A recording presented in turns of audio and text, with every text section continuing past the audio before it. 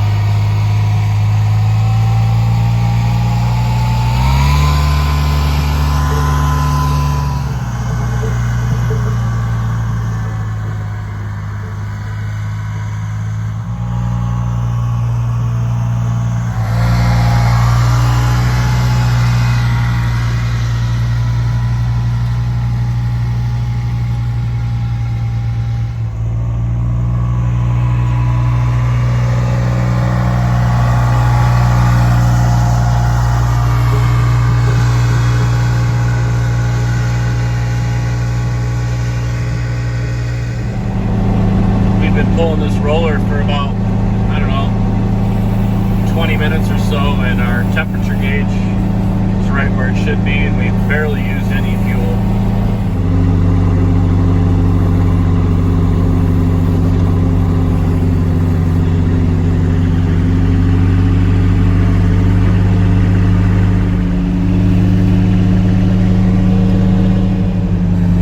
You can also roll your infield this roller after floating it, of course.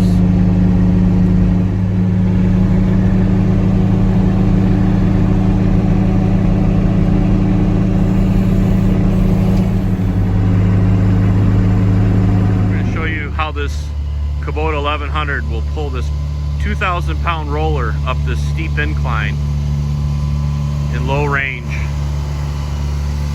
No problem.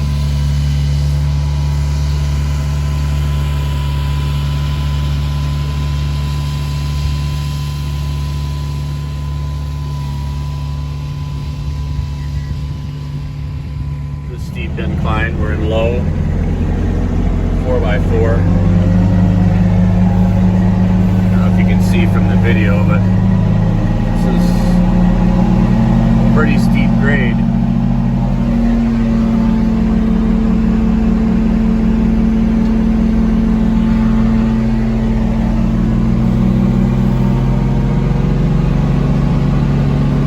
Coming down the same incline.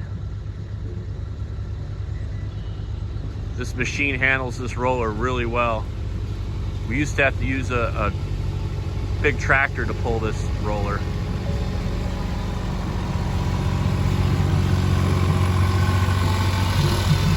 It's amazing.